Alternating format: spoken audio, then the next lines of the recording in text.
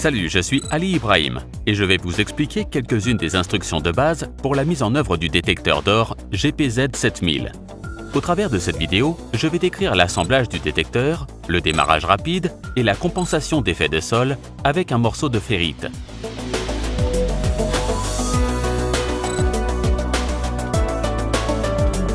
Le GPZ7000 peut être assemblé rapidement et toutes les étapes sont indiquées dans le guide de démarrage. La batterie lithium-ion se charge avec le chargeur de batterie BC10. Le chargeur BC10 peut être alimenté par une prise secteur ou sur une batterie de voiture.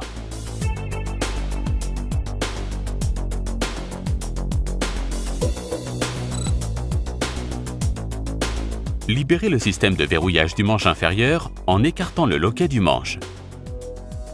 Enfilez le câble de la tête de détection dans le manche intermédiaire. Insérez le manche intermédiaire dans le manche inférieur. Le manche inférieur ne peut être inséré dans le manche intermédiaire que dans une position angulaire précise. Assurez-vous que l'ergot de détrompage du manche inférieur soit correctement aligné avec le manche intermédiaire. Verrouillez le système de verrouillage en repoussant le loquet vers le manche.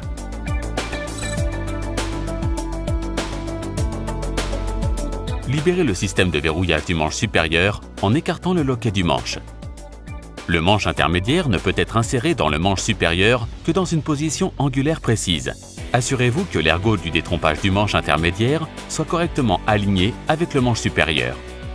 Faites glisser le manche intermédiaire dans le manche supérieur jusqu'à ce que l'ergot de détrompage apparaisse à l'extrémité. Tournez le manche intermédiaire de 90 degrés pour que l'ergot de détrompage soit orienté correctement. Verrouillez le système de verrouillage en repoussant le loquet vers le manche.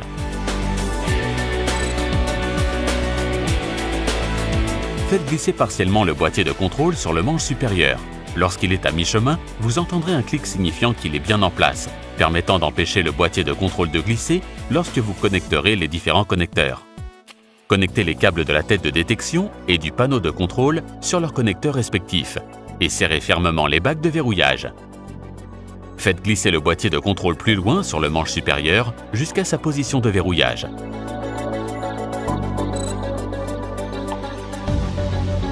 Mettez le bloc batterie en place sur le boîtier de contrôle et fermez les loquets afin de le maintenir en position. Mettez en place le module casque audio sur le boîtier de contrôle. Utilisez un tournevis ou une pièce de monnaie pour serrer avec précaution la vis, en prenant soin de ne pas endommager le filetage en serrant trop fort.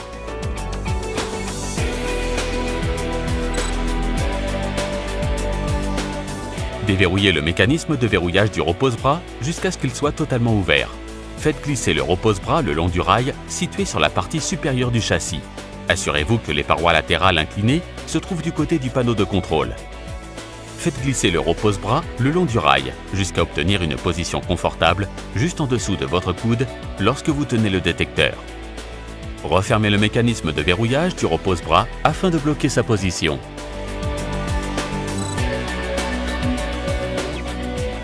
Ouvrez le crochet et la boucle de la sangle du repose-bras.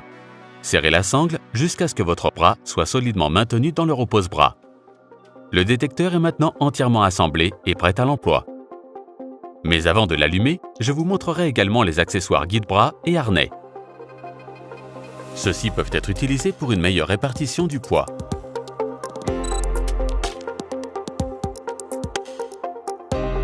Le GA10 se fixe sur le manche intermédiaire et dispose d'un lien flexible, FlexLink, et d'une sangle facilement ajustable. Attachez le FlexLink sur le manche du GA10. Alignez les trous du manche avec l'ergot de détrompage du FlexLink. Enfoncez le FlexLink sur l'extrémité du manche jusqu'à entendre un clic, signifiant sa bonne mise en place. Attachez le C-clip en pointant le crochet vers la poignée du GA10. Appuyez fermement dessus pour fixer le clip sur le manche. Placez le FlexLink approximativement au milieu du manche intermédiaire du détecteur. Enroulez la sangle autour du manche et faites une boucle avec l'extrémité de la sangle à travers la fente du FlexLink. Tirez la sangle jusqu'à ce que le crochet du FlexLink s'accroche sur le premier trou de la sangle. Pour fixer le GA10 sur le détecteur, alignez le manche du GA10 parallèlement au manche du détecteur et glissez le C-clip dans la glissière du point d'attache sur le détecteur à la base de la poignée. Le ProSwing 45 Harness est fourni de base avec le GPZ 7000. Il est livré avec une tige G-strut supplémentaire et une traverse rigide de harnais pour soutenir davantage le détecteur. Maintenant, je vais mettre le bracelet S-Cuff sur le manche.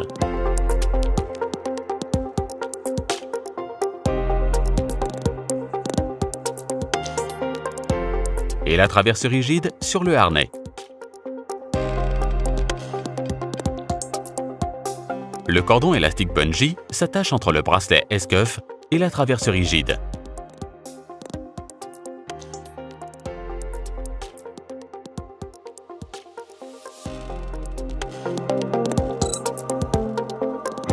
Le GPZ 7000 ne possède pas de haut-parleur intégré.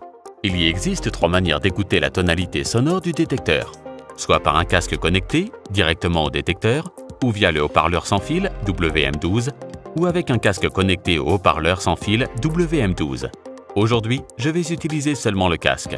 Pour connecter le casque directement au détecteur, branchez la prise du casque dans la prise du module casque à l'arrière du détecteur.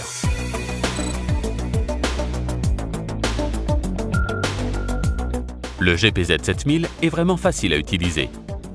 Il y a seulement 6 étapes à suivre. Celles-ci sont indiquées dans le guide pratique. Mettez en route en utilisant le bouton marche-arrêt. Sélectionnez démarrage rapide et suivez les instructions. Sélectionnez réinitialiser les paramètres. Lancez une élimination des interférences. Lancez une compensation d'effet de sol avec Quick Track.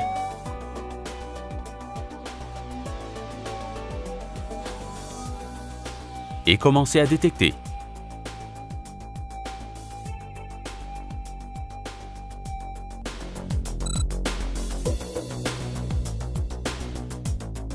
Faire une bonne compensation d'effet de sol est important pour réduire les interférences liées au sol et pour pouvoir entendre de faibles signaux en réponse à de l'or. Lorsque le sol interfère fortement, vous pouvez utiliser la ferrite Minelab pour une meilleure compensation d'effet de sol. Cette méthode avancée peut être effectuée dans le cadre de la séquence de démarrage rapide en suivant les instructions fournies. Trouvez une zone dépourvue de cible et placez la ferrite sur le terrain. Sélectionnez démarrage rapide et suivez les instructions.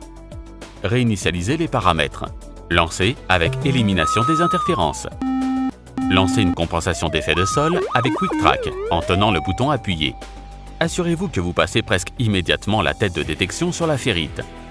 Continuez à balayer la tête de détection sur autant de terrain que possible, pendant 10 à 12 secondes, tout en passant la tête de détection sur la ferrite à chaque balayage. Relâchez le bouton et commencez à détecter.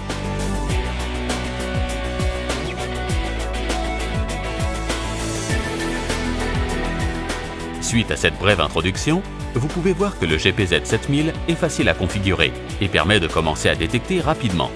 Pour en savoir plus sur le meilleur détecteur d'or au monde, visitez le site web de Minelab ou contactez votre revendeur Minelab le plus proche.